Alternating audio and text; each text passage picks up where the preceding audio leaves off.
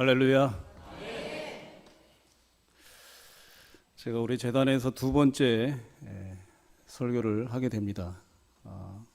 지난번 첫 번째 설교 때하고 공통점이 있다면 여전히 떤다라는 사실이고요. 근데 첫 번째 떨림과 이 두 번째 떨림은 사뭇 다른 것 같습니다.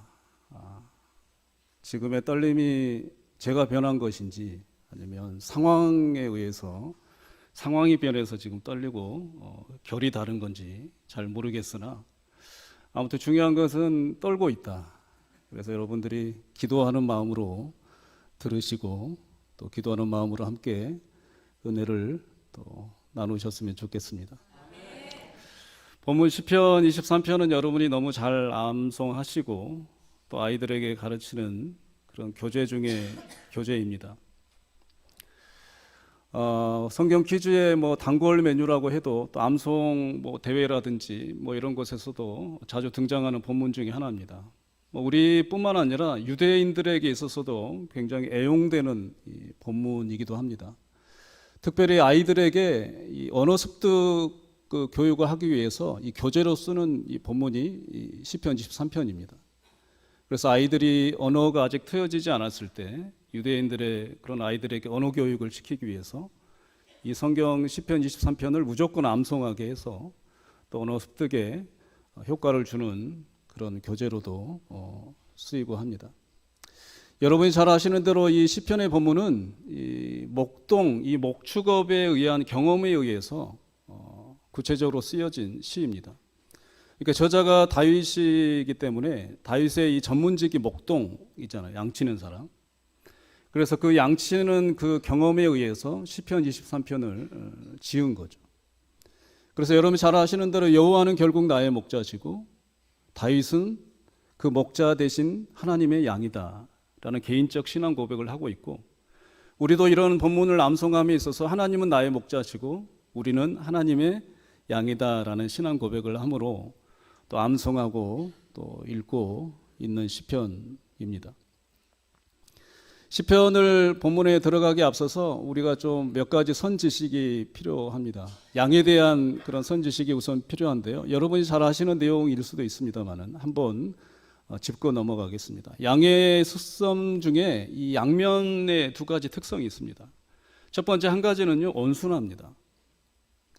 양들은 자기 종이 다른 짐승들과 섞였을 때도 다툼이 없어요. 잘 어울립니다. 심지어 이 트러블 메이커라고 상징되는 이 염소랑 같이 지내도 싸우질 않아요. 싸움이 없어요. 그만큼 온순하죠. 그리고 이게 좋은 면인지 모르겠습니다만은 이 양은 이 감각 통증에 둔감합니다. 그래서 상처가 나거나 피가 나도 별로 반응을 하지 않아요. 외부적 압력이나 충격에 의해서도 소나 말처럼 그렇게 격하게 반응하지 않습니다. 그냥 이게 느끼고 있는 건지 모를 정도로 둔감하죠. 근데 재미있는 것은 이 어린 양들은 어머니의 젖을 빨 때 어떻게 빠느냐면요, 무릎을 꿇습니다.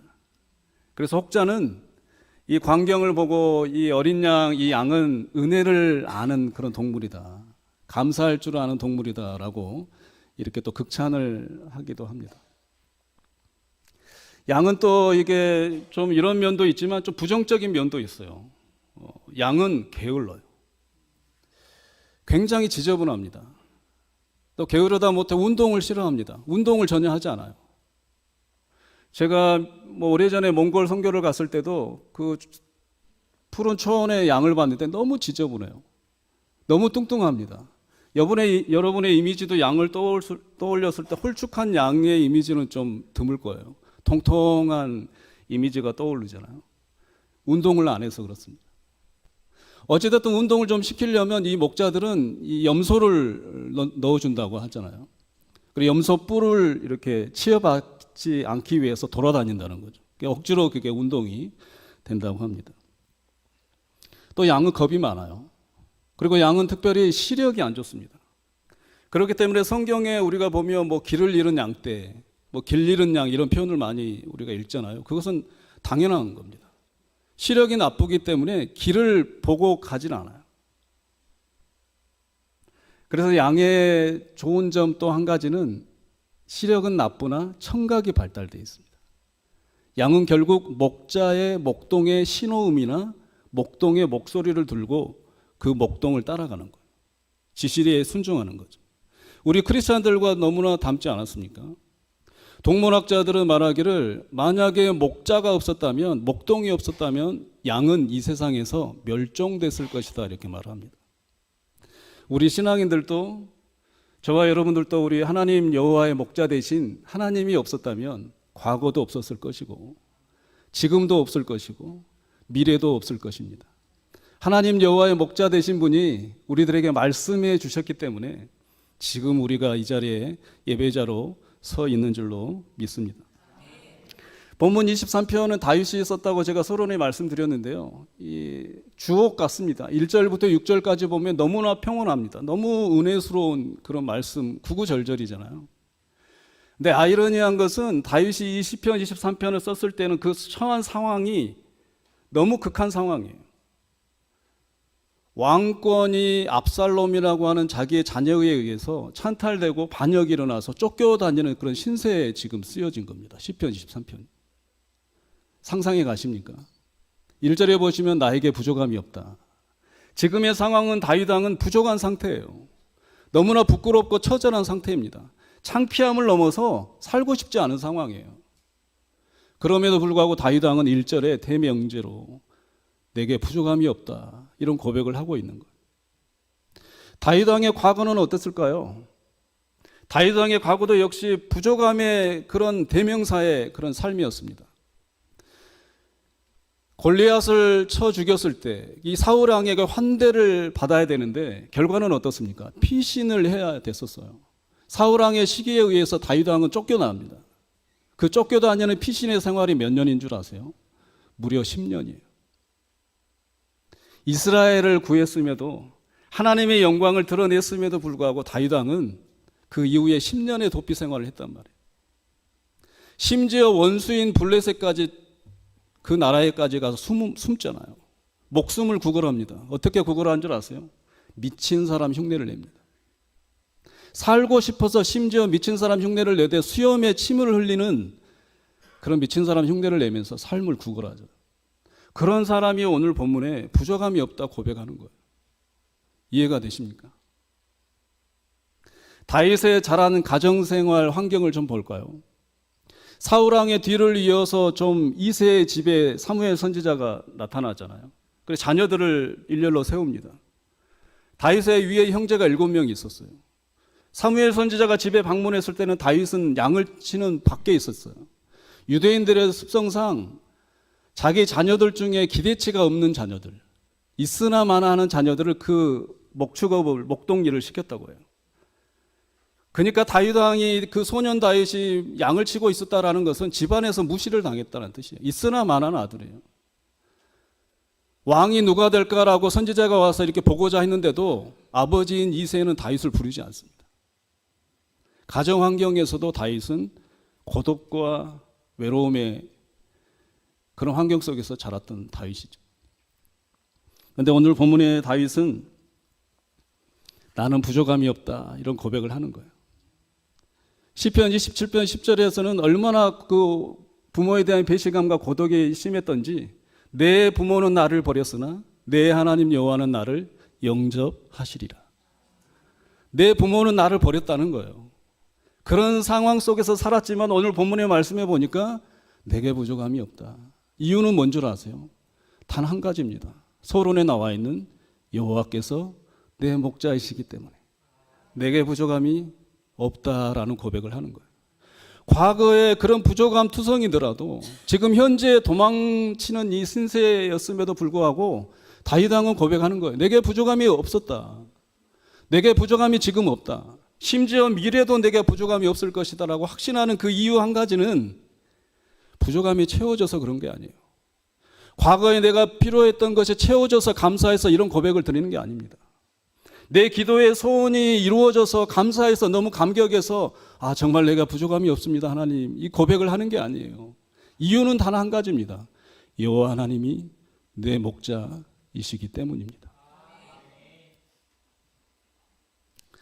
동말레이시아 가보면 폰세포르나 이 해안이 있습니다. 여기 가보면 이 해양의 집시라고 하는 이 부족 종족이 살아요. 바자후족이라고 하는 종족인데요.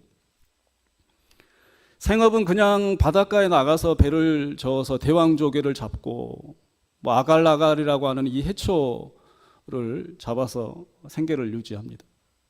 집은 뭐 수상 가옥이에요. 뭐 대충 나무로 지어진 가옥에서 사는. 그러나 이 사람들에게 신기한 것은요, 우리나라로 말하자면 국어사전이죠. 그들이 사용하는 언어에 없는 단어가 있습니다. 부족함이라는 단어예요.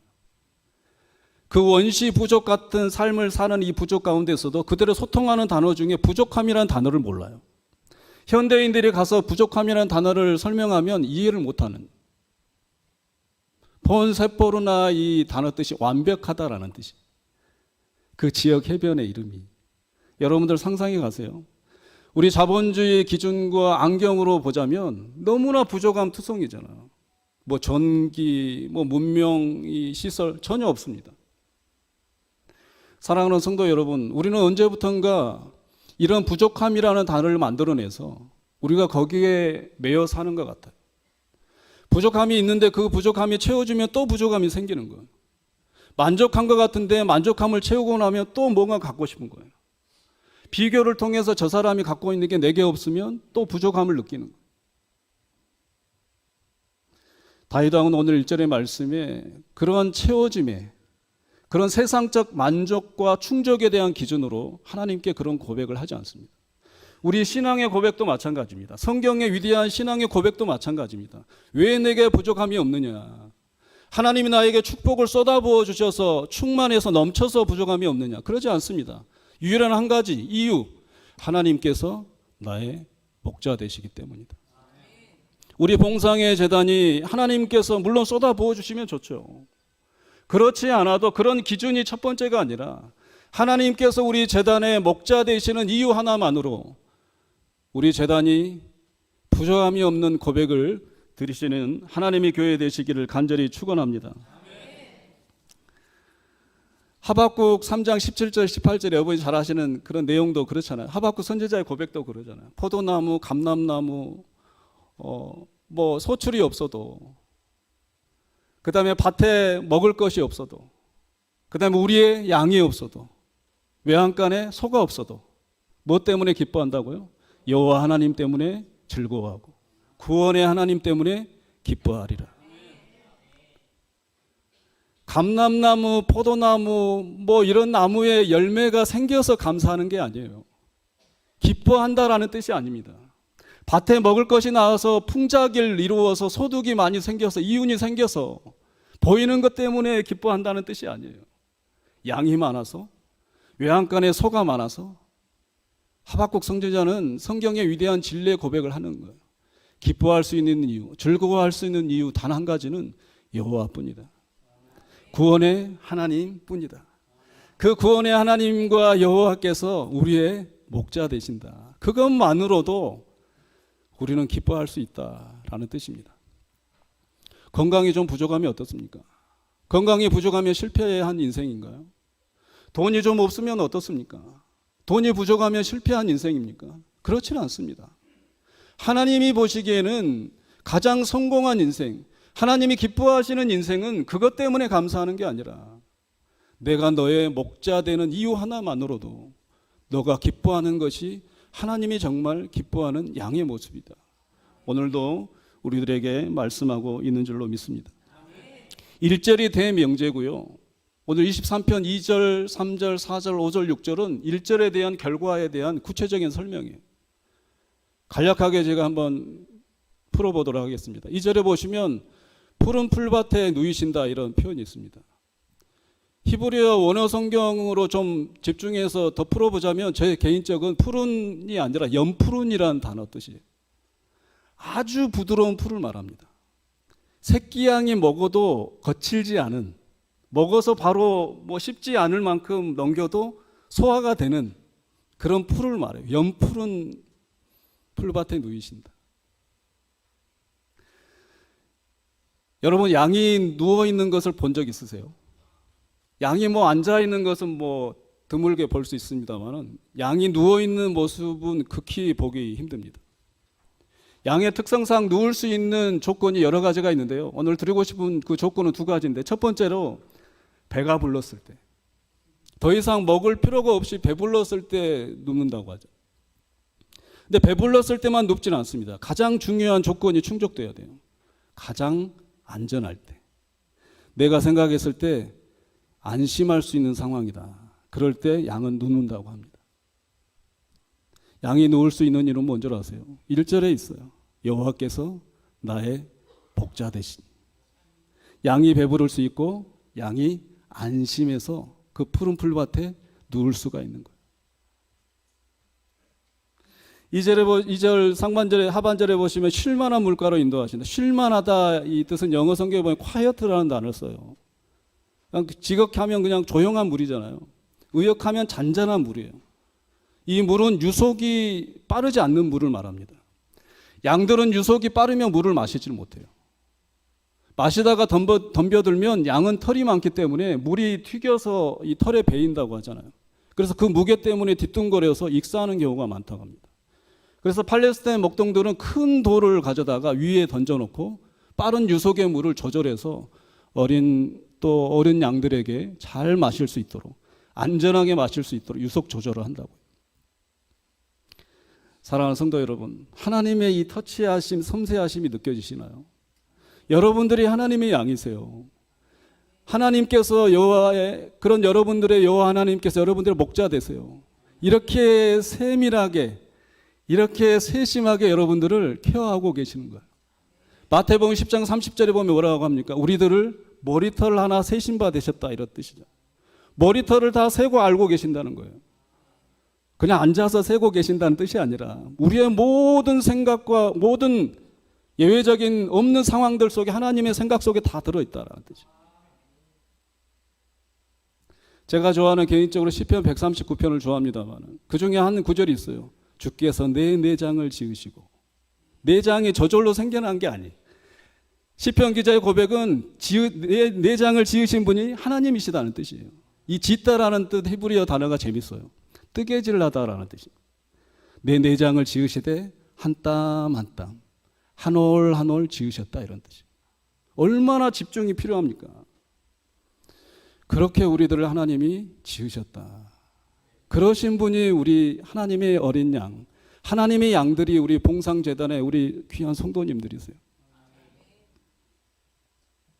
3절에 보면 내 영혼을 소생시키신다. 소생이다라는 히브리어 단어는 되돌리다라는 뜻입니다. 뭐 여러 가지 영적인 뜻이 있지만 제가 오늘 적용해서 말씀드리고 싶은 뜻은 되돌리다, 원상태로 복구하다, 이런 뜻이에요.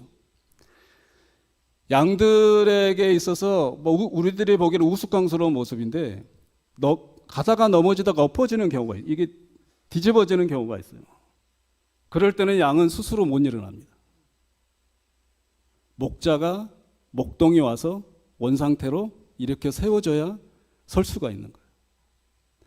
여호와 하나님께서 목자 되시니 내가 걸려 넘어지더라도 일어설 수 없는 그 상황에 처해 있더라도 하나님 여호와께서 그 목자분이 오셔서 원상태로 다시 세워주신다. 소생시키다라는 단어의 뜻은 반복의 의미가 있습니다. 한 번이 아니에요. 한 번 세워줬으니 너 그만, 이게 아니에요. 우리가 쓰러져 넘어질 때마다, 엎어질 때마다, 일어설 수 없을 때마다 지치지 않고 하나님께서 오셔서 원상태로 소생시켜 주신다. 우리 앉아있는 저와 여러분들의 모두 결과물이 그러지 않을까요? 여태껏 그렇게 소생시켜 주신 하나님의 은혜 때문에 우리가 지금 예배자로 지금 서 있는 게 아닐까 생각이 됩니다. 4절 보시면 주의 지팡이와 막대기가 나를 안위하신다. 안위하신다라는 뜻은 안심시켜 주신다라는 뜻이에요.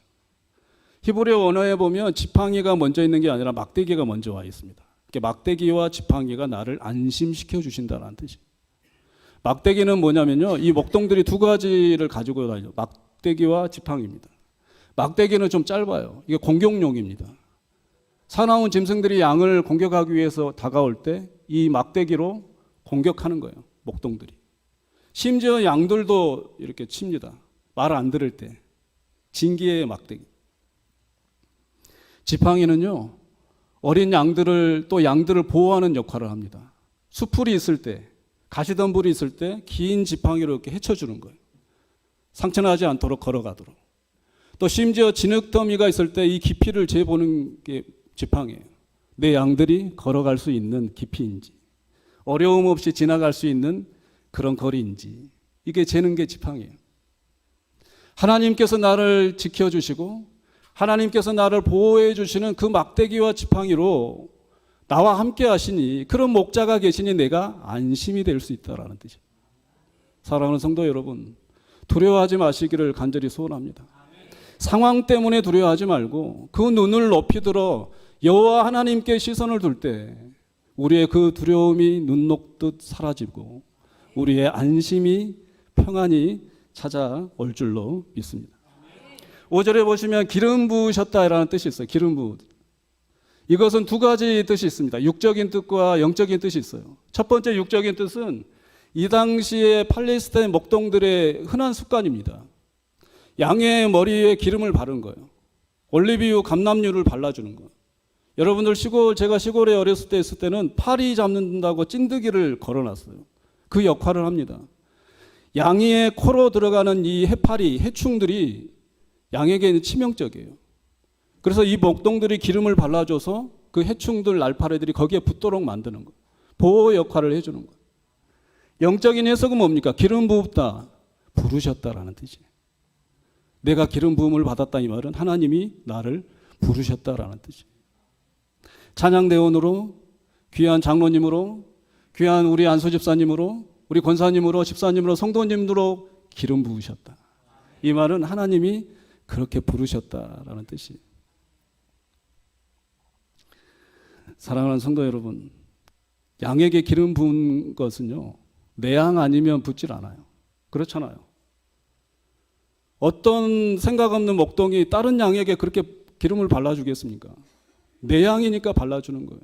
오늘의 본문 말씀도 뭐예요? 발라준다 이 말이에요. 여호와께서 내 양에게 기름을 발라준다 이 말은 너는 내 양이다라는 뜻이에요. 너는 내 거다라는 뜻이에요. 우리는 뭐라고 고백해야 되겠습니까? 하나님은 내 거예요. 하나님은 나의 목자십니다. 하나님은 나의 영원한 목자 되십니다라고 우리는 또한 고백해야 될 줄로 믿습니다. 지금도 우리 하나님은 여러분들을 너는 내 거야, 너는 내 양이란 말이야, 나는 너를 포기하지 않아, 이런 말씀으로 오늘 메시지를 저를 통해서 전하고 있습니다. 사랑하는 성도 여러분, 위축되지 마세요. 환경 때문에 주눅들지 마시기를 주의 이름으로 축원드립니다. 우리 모두의 목자는 하나님이세요. 여러분들은 하나님의 양이세요. 그것만으로도 기쁨이, 감동이, 울림이 벅차 올라와야 됩니다. 그런 기쁨이 회복되시기를 주의 이름으로 축원드립니다. 마지막으로 6절 보시면요, 내 평생의 선하심과, 누구 선하심이에요? 내 목자 되신 여호와의 선하심과 내 목자 되신 여호와의 인자하심이 반드시, 옛날 개혁 성경에는 뭐라고 써여 있나요? 정령이라는 단어를 씁니다. 개혁 개정은 오늘은 반드시라는 단어를 씁니다. 반드시 나를 따른다. 따른다 이 말의 히브리어 뜻이 재밌어요. 따른다 이 말은 전투 용어입니다. 전투 용어. 추격하다라는 뜻이에요. 끝까지 적군을 한 사람도 남겨두지 않기 위해서 우리 아군이 추격하는 거예요. 끝까지 추격하는 거예요. 포기하지 않고. 이 말을 다윗은 긍정 언어로 하나님께 신앙 고백을 드리는 거예요. 여호와의 선하심과 인자하심이 내 평생에 어떻게 해요? 끝까지 나를 추격하신다. 내가 죄성이 있어서 실망해서 죄를 지어도 하나님은 실망하지 않고 돌아서는 게 아니라, 포기하지 않은 게 아니라 하나님의 인자하심과 선하심이 나를 어떻게 해요? 끝까지 추격하신다. 나를 따라오신다, 이런 뜻이에요. 사랑하는 성도 여러분, 여러분들의 삶도 마찬가지입니다. 여러분들이 하나님의 양이시기 때문에 여러분들의 일평생의 삶 앞으로도 마찬가지예요. 여러분들이 어떤 모습이든지 조건이든지 상관없어요. 우리 하나님은 조건을 보시지 않아요. 돈을 보시지 않습니다. 명예를 보시지 않아요. 사회적 지위를 보시지 않습니다. 오직 이유 하나, 그냥 사랑하시는 거예요. 사랑해서 여러분들을 양으로 삼으신 거예요. 그렇기 때문에 여호와의 조건 없는 인자하심과 선하심이 추격하시는 거예요. 끝까지 여러분들을 추격하실 거예요. 오늘 6절의 하반절에 어느 때까지? 영원까지. 내가 아버지 하나님 집에 영원토록 사는 그날까지 인자하심이 나를 추격하신다. 그 인자하심과 선하심 때문에 우리가 영원히 살 수 있는 거예요.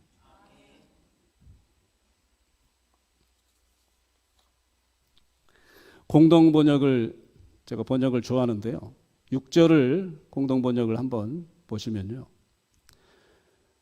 6절을 공동 번역 이렇게 번역을 해놨습니다. 한평생의 은총과 복에 겨워 사는 이 몸 영원히 주님 집에 거하리이다. 할렐루야. 한평생의 은총과 복에 겨워 사는 이 몸. 여러분들이 그런 몸이세요. 영원히 주님 집에 거하리이다. 우리 봉상의 재단의 모든 성도님들이 또 이 자리에 상황 때문에 여건 때문에 참석하지 못한 우리 교우들 모두 다 한 사람도 소외 없이 우리가 영원토록 하나님 집에 함께 거할 줄로 믿습니다. 제가 지난주 목요일에 이사를 했습니다.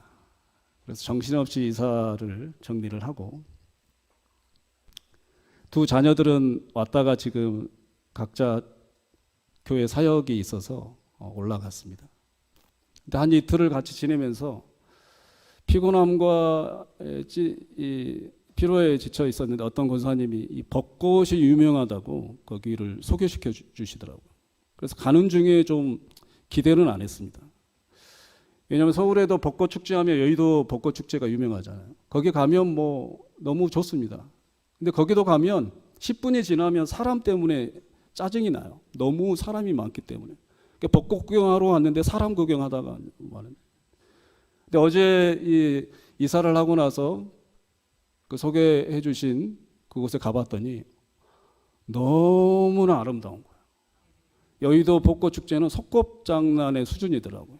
거리상에나 이 만개한 벚꽃의 아름다움이 너무나 힐링되고 다시 집으로 왔었습니다. 집에 와서 인터넷을 좀 뒤져봤습니다. 벚꽃의 꽃말이 뭘까? 여러 가지가 있더라고요. 그 중에 하나 제 눈에 띈 게 있었습니다. 아름다운 삶. 벚꽃의 꽃말이래. 그 중에 하나. 사랑하는 성도 여러분, 아름다운 삶이 우리 크리스찬들의 삶이 뭘까요? 부족함이 채워져서 아니면 내가 좀 소원했던 소원들이 이루어져서 그것이 우리들의 아름다운 삶일까요? 저는 그렇게 생각하지 않습니다. 그런 것이 채워지지 않아도 부족함의 삶의 투성인 과거일지라도 과거나 현재나 미래나 여호와 하나님께서 우리의 목자 되신 그 이유 하나만으로도 우리는 아름다운 삶 그 자체입니다. 아름다운 사람 그 자체예요. 이런 정체성과 확신을 가지고 믿음을 가지고 삶을 살아내시기를 간절히 소원합니다. 여러분들이 뭐 힘든 상황이 있을 수도 있어요. 어떤 이유들이 있을 수 있습니다. 그러나 우리가 교회를 사랑하는 이유가 뭡니까? 우리 봉상교회 이 터가 명당이라서 그럽니까? 기도가 잘 들어주는 그런 명당 터라서 우리가 교회를 사랑합니까? 그렇지는 않잖아요. 우리가 예배를 드리는 이유가 뭡니까? 내가 좀 소원을 이루기 위해서 복권이나 우리 애들 대학 보내기 위해서 우리가 예배를 간절히 드리는 건가요? 이유는 단 하나입니다. 봉상교회를 사랑하는 이유는 이 교회가 여호와 하나님의 집이기 때문에 다른 이유가 없잖아요. 우리의 삶을 살아낼 수 있는 이유는 하나님이 목자 되시기에 우리의 삶을 하나님께서도 한 주간도 아름답게 해주실 줄 저는 믿습니다. 그러한 믿음으로 여호와 하나님이 나의 목자이십니다라는 그 고백으로 나는 하나님의 양입니다라는 그 위대한 정체성의 외침으로 한 주도 믿음으로 승리하시기를 주의 이름으로 축원드립니다.